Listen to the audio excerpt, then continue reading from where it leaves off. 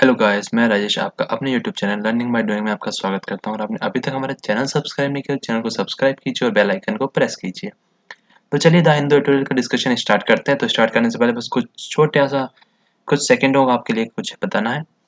अगर जैसे आपको नहीं पता लग पाता है कि मेरी वीडियोस कैसे कहाँ से मिलेगी, तो सिंपली आपको गूगल के ऊपर टाइप करना है the Hindu tutorial bye Raj sir. जैसे आप टाइप करोगे, सर्च करोगे, उसके बाद में सीधा सबसे ऊपर एकदम टॉप पे आपको जहाँ ज़्यादा सर्च भी नहीं करना पड़ेगा, जो सबसे पहले जो फाइंड आउट रिजल्ट आएगा उसी में हमारी वीडियोस आएगी। तो आप जो भी डेट की जिस भी डेट की आपको देखना चाहते हैं, हमारे चैनल के ऊपर आके आप देख सकते हो।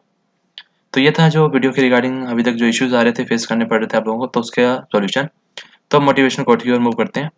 खुश रहो लेकिन कभी संतुष्ट मत रहो। मतलब हमेशा खुश रहने की कोशिश तो करो, लेकिन जो आपके पास है ना, उसमें संतुष्ट मत रहो। हमेशा आगे बढ़ने की कोशिश करते रहो, जब भी आप उन्नति कर पाओगे। तो आज का आर्टिकल देख लेते हैं क्या है। उसका जो टाइटल है कॉल फॉर एक्शन, यानी अब जरूरत है एक्शन की। तो वोकैब। तो बेसिकली जो आज का आर्टिकल है वो कोविड-19 जो बीमारी है उसके संदर्भ में है। तो जो कुछ टर्म्स है इसमें वो मेडिकल टर्म्स हैं, तो उसको मैं यहीं पे आपको पहले क्लेरिफाई कर देता हूँ। फिर वहाँ पे आपको केवल एंटीबॉडी बताने से ही आपको आइडिया लग जाएगा। एंटीबॉडी प्रतिरक्षी एक प्रकार का ब्लड का प्रोटीन जो प्रोड्यूस होता है in response to and counter acting a specific antigen. Antibodies combine chemically with substance which the body recognizes as alien, such as bacteria, viruses, and foreign substances in the blood. कहने का मतलब यह है कि जो आपके शरीर के अंदर जो खून होता है आपके अंदर, और जो बाकी उसके सिस्टम्स के पार्ट होते हैं, अगर आपको कोई बीमारी होती है तो वो अपने आप ही जो लड़ लेते हैं, जो आपके अंदर के जो पहले से इम्यून सिस्टम जिसे कहते हैं, वो अपने आप ही उसको ठीक कर देता है। तो उसे बोलते हैं एंटीबॉडी। यानी आप बीमार हुए लेकिन अंदर ही अंदर से आप ठीक हो गए, और बाहर से आपको ज़्यादा जरूरत नहीं पड़ी मेडिसिन वगैरह की। सीरोलॉजी सीरम विज्ञान होता है ये। द साइंटिफिक स्टडी है और diagnostic examination of blood serum. मतलब कि स्टडी और एग्जामिनेशन करना ब्लड के सीरम का, specially with regard to the response of the immune system. Immune system के रिगार्डिंग जो टेस्ट वगैरह और जो स्टडी की जाती है, एग्जामिनेशन की जाते हैं, उसको कहते हैं सीरमोलॉजी। पैथोजेंस और इंट्रोड्यूस सब्सटेंसेस। अंडर काउंट मतलब एक काउंट और फिगर दैट इज इनएक्यूरेटली लो। मतलब एक ऐसी संख्या और ऐसा आंकड़ा जो अपने आप में बहुत कम है। PCR test. PCR is one of the most widely used diagnostic tests for detecting pathogens including viruses that cause diseases such as Ebola, African swine flu and foot and mouth disease। मतलब PCR एक प्रकार का test है जो बहुत व्यापक स्तर पर यूज किया जाता है। किसकी टेस्टिंग के लिए? पकड़ने के लिए, जैसे कोई वायरस हो गया, जैसे डिजीज बीमारियों में, जैसे इबोला हो गया, अफ्रीकन स्वाइन फ्लू, और पैर और मुंह के संदर्भ में कोई जो बीमारियां होती है। आरटीपीसीआर मतलब रियल टाइम पीसीआर इसे न्यूक्लियर डिराइव्ड मेथड है। किस चीज का? Detecting the presence of specific genetic material in any pathogen including A virus. और इसमें शामिल क्या है? वायरस भी इसमें शामिल है कि रियल टाइम मतलब जल्दी इसकी रिपोर्ट्स आ जाएंगी। और जो नॉर्मल पीसीआर है उसमें क्या टाइम लेता है वो रिपोर्ट्स आने में। इसमें रियल टाइम वाले में 3 से 4 घंटे के अंदर रिपोर्ट आपके सामने आ जाती है। आउटब्रेक मतलब एकदम से विस्फोट हो जाना, संख्या का एकदम से बढ़ जाना। A sudden occurrence of something unwelcome such as war or disease। मतलब जो हमने सोचा नहीं था, जिसकी हम अनएक्सपेक्टेशन थी हमें कि ऐसा कुछ होगा, और वो एकदम से इतने ज्यादा व्यापक स्तर पे हो जाना, तो उसे बोलते हैं आउटब्रेक। एलिजा टेस्ट क्या है? एक प्रकार का टेस्ट है जो डिटेक्ट करता है, मेजर करता है एंटीबॉडीज को ब्लड के अंदर। This test can be use इस टेस्ट को यूज किया जाए डिटरमाइन करने के लिए इफ यू हैव एंटीबॉडीज, या आपके शरीर में वो एंटीबॉडीज हैं जो रिलेटेड है उस सर्टेन इन्फेक्शन की कंडीशन से रिगार्डिंग। रेस्पोंडेंट मतलब प्रतिवादी। A person who replies to something एक ऐसा व्यक्ति जो रिप्लाई करता है, आंसर देता है किसी चीज को, specially one supplying information for questionnaire और responding to an advertisement. Amid मतलब के दौरान। Surrounded by in the middle of और या फिर बीच में। टेक अवे मतलब ले जाओ। ए की फैक्ट पॉइंट और आइडिया टू बी रिमेंबर्ड, याद रखना चाहिए, typically one emerging from A discussion और मीटिंग। मतलब कि जो एक तरीके से आपका जो डिस्कशन और मीटिंग करने के बाद में जो कंक्लूजन निकल के आता है ना, की फैक्ट, उसको टेक अवे बोलते हैं, निष्कर्ष कह सकते हो आपसे। फर्टिलिटी मतलब मौत, an occurrence of death by accident in a war और फ्रॉम डिजीज, चाहे वो एक्सीडेंट के द्वारा मृत्यु हो, चाहे वो वार में हो, चाहे वो किसी बीमारी से हो। प्रोपोजिशन मतलब प्रस्ताव, a statement or assertion that expresses a judgement or opinion, मतलब एक ऐसी स्टेटमेंट या असर्शन जो एक्सप्रेस करती है कोई जजमेंट यानी कोई निर्णय या फिर कोई राय। अनटेनेबल मतलब अस्थिर, specially of a position or view not able to be maintain or defended against attack or objection. Opaque मतलब अपारदर्शी है,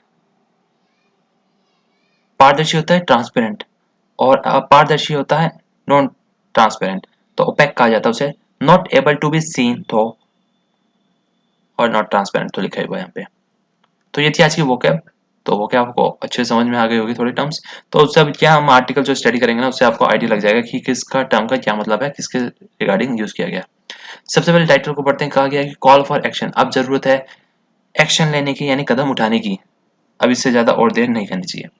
ICMR antibody test study underlines need for more testing, जो ICMR की जो एंटीबॉडी टेस्ट की जो स्टडी है वो यह शो करती है, वो रेखांकित करती है कि अब जरूरत है ज्यादा टेस्टिंग करने की एंड बेटर, और साथ ही साथ अच्छे कॉन्टेक्ट ट्रेसिंग करने की। चलिए स्टार्ट करते हैं। The results of a serological test conducted across 69 districts by the Indian Council of Medical Research have indicated that the confirmed number of COVID-19 infection reported from the RT-PCR test are likely an undercount। मतलब जो results आए हैं serological जो test किया गया था conduct, कहाँ पे, लगभग 69 जिलों में, किसके द्वारा, Indian council of medical research के द्वारा, ICMR के द्वारा। वो यह दर्शाते हैं कि जो confirm number of covid infection के जो केसेस रिपोर्ट हुए हैं, किससे जो टेस्ट किए थे, जो RT यानी रियल टाइम PCR जो टेस्ट किया था, आर लाइकली, लगते हैं कि वो अंडर काउंट है, यानी वो कम है, बहुत कम, यानी वो सही नहीं है। सेरोलॉजिकल और एंटीबॉडी टेस्ट, जो सेरोलॉजिकल है और जो एंटीबॉडी टेस्ट है, are not as accurate as the PCR test.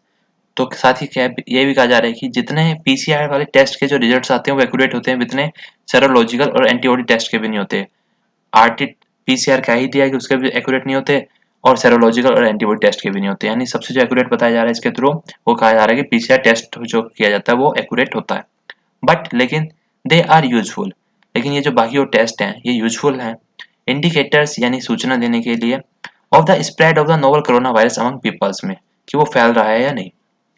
The ICMR study found, जो ICMR ने जो अध्ययन किया है उसने पाया 0.73% ऑफ द पॉपुलेशन, यानी जनसंख्या का 0.73% examine for antibodies produce specifically for SARS-CoV-2 विया एन एलिजा टेस्ट। मतलब जो एंटीबॉडीज प्रोड्यूस हो रहे हैं वो स्पेसिफिकली किसके लिए हो रहे हैं, SARS-CoV-2 विया एन एलिजा टेस्ट जो किया उसके से ये पता चला। हेड एविडेंस, और उसके सबूत, of past exposure to the viruses से मिले हैं इन द पॉपुलेशन, और जहाँ पे जो जनसंख्या है with a low infection rate, जहाँ पे कम संक्रमण की दर है, there is a higher possibility, वहाँ पे संभावना बहुत ज्यादा है, of false positives being reported, कि गलत जो पॉजिटिव्स हुए हैं वो रिपोर्ट हुए हो।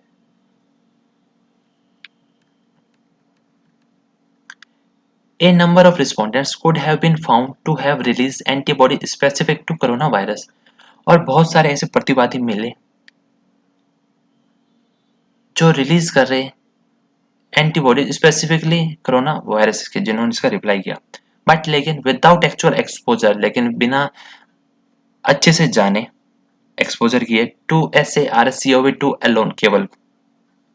बट द ICMR, लेकिन जो ICMR है, जो उसने तौर तरीके अपनाए हैं, जो मेथोडोलॉजी, नोट इन ए पेपर, जो पेपर के ऊपर उन्होंने नोट किया, इन इट्स ऑनलाइन पब्लिकेशन में, Indian journal of medical research जो उस पब्लिकेशन का नाम है said, क्या कहा, that the actual results would account for the limitations of ELISA test। जो एक्चुअल रिजल्ट है वो ELISA टेस्ट की खामियों का परिणाम है। इफ दिस इज एक्सेप्टेड, और अगर हम इसको मान लेते हैं, then the number of people, जो नंबर ऑफ पीपल है, काफी इंटरेस्टिंग बात कही जा रही है और आपको इस पर ध्यान भी रखना चाहिए क्योंकि ये आपसे, मुझसे और हर किसी से रिलेटेड है, तो इसलिए आपको थोड़ा सा अटेंशन दे देना चाहिए अगर आपका अटेंशन इधर उधर हो रहा है तो। इफ दिस इज एक्सेप्टेड, अगर इसको मान लिया जाए, then the number of people found, जितने लोग हमें मिले, to have been expose to the virus, expose जो हुआ, जो फैला virus, would be 7 lakh people और मोर। इफ, अगर द ओवरऑल पॉपुलेशन, यानी पूरी जो जनसंख्या है, ऑफ दीज डिस्ट्रिक्ट्स, यानी उन जिलों की, यानी 69 जिलों की जो पहले बात की गई थी, जो इनको कंसिडर किया गया था इसमें, मच हायर देन, वो कि बहुत ज्यादा है, the 35,000 people who had tested positive in the entire country during this period. मतलब जिस टाइम पे ये स्टडी की गई थी उस टाइम पे इंडिया में केवल 35,000 लोग पॉजिटिव थे टेस्ट में। और लेकिन अगर वो सारे जो प्रोसीजर उसके ऊपर लगा दिए जाएं या मान लिए जाएं तो हो उस हिसाब से 7 लाख लोग केवल उसी में, उन्हीं जिलों में वायरस के अफेक्टेड हैं। द फुल पेपर, और जो पूरी तरीके से जो पेपर्स है, जो जिसमें डिटेल्स हैं, जो रिजल्ट्स हैं स्टडी के बाय द आईसीएमआर ने जो स्टडी करी, जो उसके किस प्रकार से उन्होंने कैलकुलेशन है, किस प्रकार की उनका कंक्लूजन है, सब कुछ जो आईसीएमआर ने किया अध्ययन, इज स्टिल नॉट आउट, यानी अभी तक वो बाहर ही नहीं आया है इन द पब्लिक डोमेन, यानी पब्लिक के सामने नहीं आया वो।